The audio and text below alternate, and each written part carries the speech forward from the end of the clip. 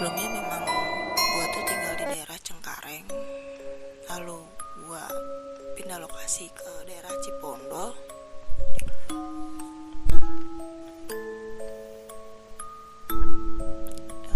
Pas gue pindah ke daerah Cipondo ini, yang emang gue tuh selalu merasakan hal-hal mistis lainnya. Banyak kejadian aneh yang gak masuk logika tuh yang gue rasain. Kenapa gue bilang gue yang ngerasain? Karena orang tua gue, kakak-kakak gue itu tuh gak ada yang ngerasain dan tidak merasa. Gak ada yang seperti gue yang ngerasain hal-hal yang di luar nalar pemikiran orang banyak gitu.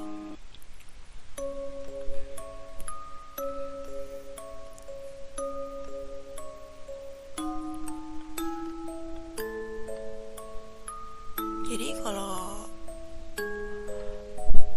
bokap gue kadang kalau misalkan gue bilang, "Pak, ada ini, Pak, ada itu."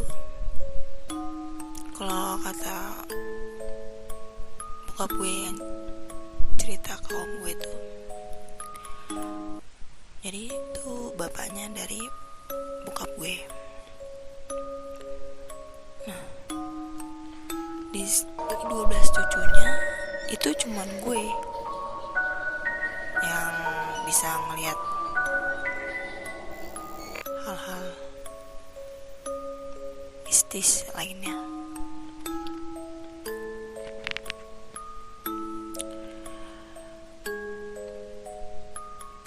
Jadi cerita lanjutannya dari rumah gue yang gue tempatin saat ini yang di Cipondo, itu tuh gue tuh ngerasain hal-hal aneh ya. Kok yang pertama gue bingung tuh pas saat jam 7 malam. Jadi gue ceritain dulu nih spesifikasi rumah gue. Rumah gue itu luasnya 100 meter. Dan posisi rumah gue itu adalah hub. Otomatis ada di paling pinggir, di paling kanan. Otomatis perlintasan orang lewat itu bisa dari depan gue, ada bisa dari, maksud gue dari depan rumah gue, ada juga lewat dari samping kanan rumah gue. Itu uniknya tuh kalau setiap jam 7 malam itu tuh udah sepi banget. Apalagi di depan rumah gue itu ada pohon jambu. Emang pohon jambu itu pas gue pindah sini tuh emang pohon jambu itu udah ada di depan rumah gue. Karena seminggu gue tinggal di sini aja, gue ngerasa apaan sih di rumah gitu kan. Gue keluar agak creepy juga maksudnya. Pas gue ngeliat ke kanan kiri sepi banget. Akhirnya gue masuk lagi ke dalam. Nah, nyokap gue biasa kan ada tukang sayur lewat tuh keliling kalau pagi-pagi. Nah, nyokap belanja tuh di tukang sayur sama ibu-ibu komplek di rumah gue.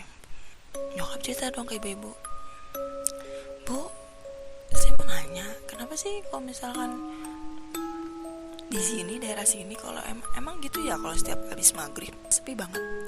Ada yang ibu yang nyautin satu, "Ibu Kiki,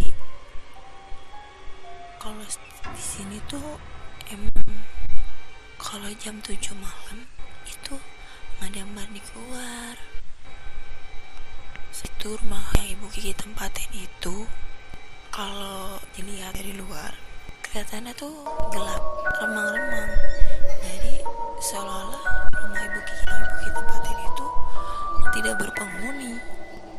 Ada lagi Bu kejadian aneh. Setiap ada yang lewat rumah Bu Kiki, lewat depan rumah Bu Kiki atau lewat samping rumah Ibu Kiki, itu pasti ada aja Bu yang manggil. Ada yang manggil tukang nasi goreng, "Bang, beli bang." Itu terdengar jelas bu dari dalam rumah. Dan si abang nasi goreng itu berhenti dong. Nah, saya pas saat itu memang kebetulan pengen beli juga nasi goreng. Terus saya bilang sama abangnya, "Loh bang, kebetulan banget nih saya mau beli, abang udah berhenti di sini mangkal." Terus kata si abang nasi gorengnya, "Iya soalnya saya ada yang manggil." "Iya itu rumah yang itu yang paling ini main itu tuh manggil saya tadi mau beli." "Bang, itu tuh nggak ada penghuninya." Langsung sontak pasti abang nasi goreng itu dalam terkejut banget dengar si ibu itu ngomong.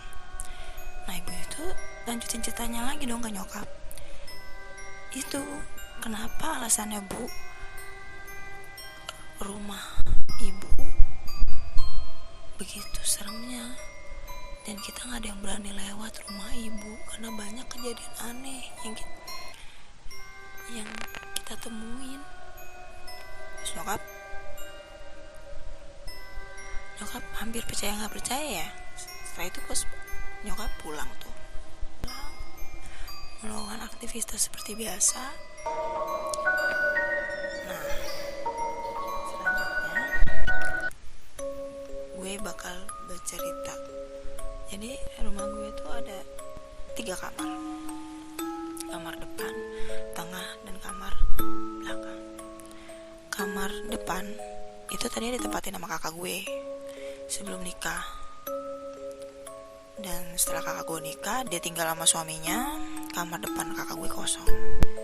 Kamar belakang ditempatin sama abang gue.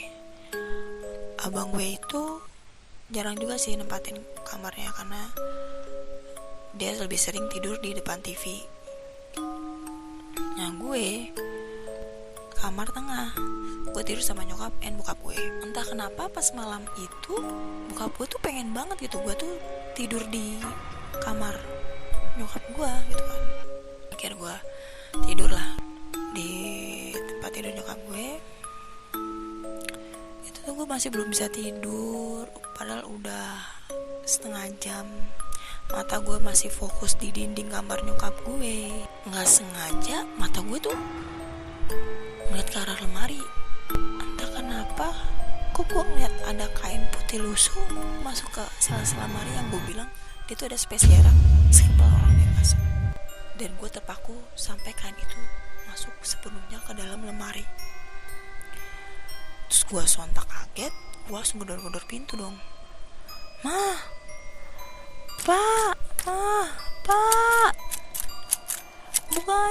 bukain, takut.